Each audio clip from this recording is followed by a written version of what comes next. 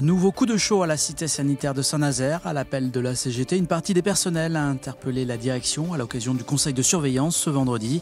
Le service de radiologie et celui de cardiologie sont particulièrement sous tension. Jean-Michel Naga. En apparence, calme, en apparence seulement, car c'est un personnel sous tension qui s'est invité ce vendredi matin au conseil de surveillance de l'hôpital de Saint-Nazaire. Une tension due au manque de médecins, une véritable hémorragie, disent-ils, depuis des mois dans les services de radiologie et de cardiologie. Ils ne sont plus que 2 médecins cardiologues et un intérimaire actuellement. Quel gâchis! 2 médecins titulaires en cardiologie, il devrait être au moins 5 d'après la CGT. La direction confirme une situation très difficile, annonce des recrutements le mois prochain et appelle à la patience. Nous gérons cette situation depuis le départ parce que nous savons que les recrutements vont arriver. C'est 3 recrutements de début d'année et nous avons également, ça m'a été confirmé hier par le CHU, des perspectives de recrutement d'assistants spécialistes pour 2018. Même problème en radiologie où le personnel est en sous-effectif pour assurer les gardes. À la cité sanitaire, le malaise est global. Les membres du conseil de surveillance le reconnaissent volontiers. On parle de la radiologie, mais il y a 3 mois, 4 mois, on parlait d'autres services. Dans l'hôpital public, non pas de Saint-Nazaire, mais de ce pays, le droit du travail n'est plus respecté. Les échanges ont duré 1 heure, échanges auxquels le représentant de l'agence régionale de santé n'a pas souhaité participer. Un dialogue de sourds, selon certains. On a besoin de retrouver un dialogue et une confiance avec l'administration. Mais ça va dans les deux sens. Je veux dire, il faut que ça vienne des deux côtés. Voilà. Mais il faut juste qu'on soit entendu et qu'on ait des choses concrètes. Le personnel attend désormais les recrutements promis et surtout l'arrivée du nouveau directeur nommé début novembre. Il devrait prendre ses fonctions le 15 janvier.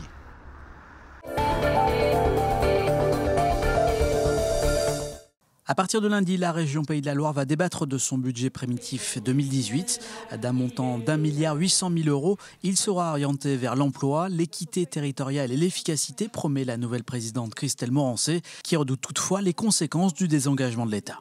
Nous sommes en effet dans l'attente de décisions d'État, notamment sur des infrastructures telles que la ligne Clisson-Cholet, mais également un désengagement, notamment en termes de développement économique, puisque l'ancien gouvernement s'était engagé à 450 millions pour les régions pour l'accompagnement de l'économie. C'est une perte de 123 millions pour la région Pays de la Loire de 2018 à 2021. Donc on a bouclé ce budget, mais avec des contraintes.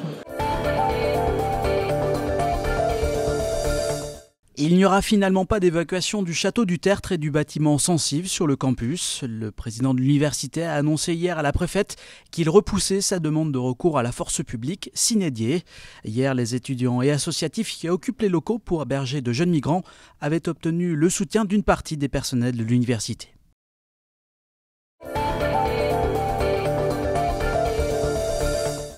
D'ici à 2020, Lidl va installer une plateforme logistique sur l'ancien site de la Ceuta à Carquefou. L'annonce a été faite ce vendredi. Une installation qui générera à sa création près de 100 emplois, puis 500 à terme. Les travaux de démolition de l'ancienne usine seront lancés en 2019 et la mise en exploitation prévue en 2020.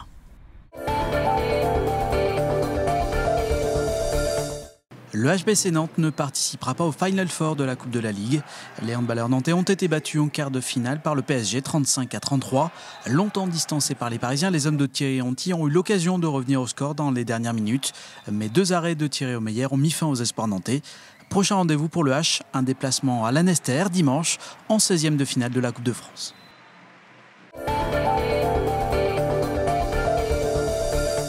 La cité médiévale de Guérande se refait une beauté, des travaux qui concernent essentiellement les remparts et la collégiale, afin que les visiteurs continuent à avoir accès à la ville fortifiée. Éric Egon. Des remparts qui risquent de s'écrouler, une église qui se fissure et qui prend l'eau. La ville de Guérande rénove son patrimoine historique et il y avait urgence. Les remparts étaient recouverts depuis quelques années d'une jolie parure verte, bucolique certes, mais elle menaçait sérieusement l'édifice.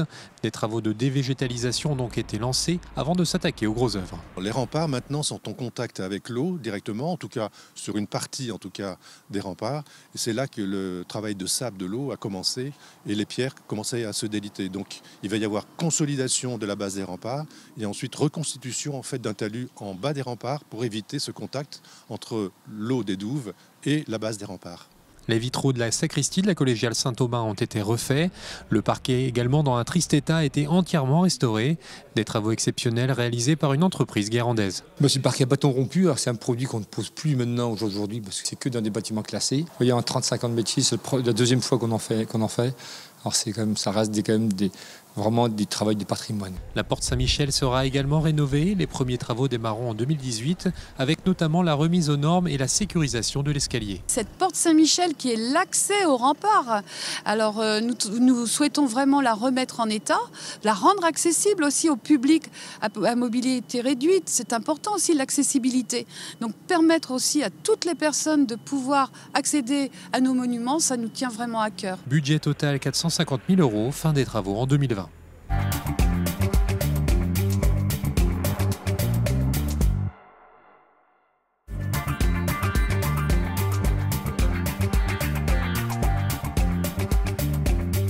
C'est un langage qui n'exclut personne. Et on peut se poser la question, mais comment se fait-il que notre langage, la façon dont on parle, la façon dont on écrit, exclut des personnes ? Mais en fait, c'est tout simplement parce que notre langage, il est genré, il y a un féminin, un masculin, et que si on met tout au masculin, en fait, on exclut les femmes. Donc c'est pour ça qu'en fait, on va parler de langage inclusif, parce qu'on va parler de langage qui va englober toute la population, les hommes, les femmes. Le fait dans notre langage d'utiliser le masculin fait qu'en fait on invisibilise les femmes. Si je reprends mon exemple des candidats, ce serait dire les candidats et les candidates ont réussi l'examen. Ou alors de dire toutes les personnes qui ont passé l'examen ont réussi.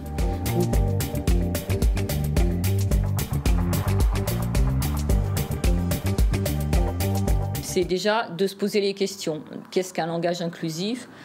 Pourquoi c'est important ?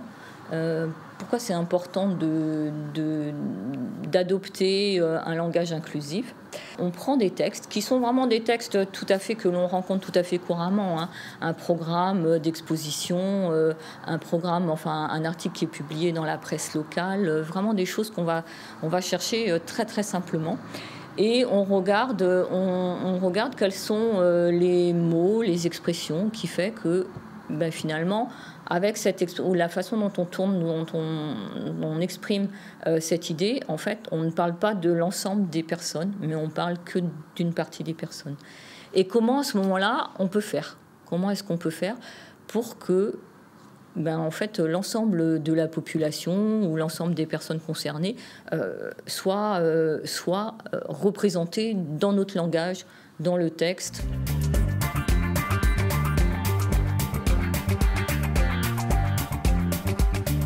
En France, nous avons l'Académie française qui se positionne un petit peu, qui s'est toujours positionnée un petit peu en censeur, en organisme qui allait définir le bon français, qui allait dire comment il fallait parler. Et je pense que ça, c'est vraiment une situation vraiment française, parce que si on prend les autres pays de la francophonie, qu'on prenne la Belgique, la Suisse, le Québec, en fait, sont beaucoup plus avancés sur ces questions de langage inclusif. Ça fait très longtemps qu'ils ont travaillé sur la féminisation des noms de métiers et des fonctions, et ça fait très longtemps qu'ils l'utilisent régulièrement.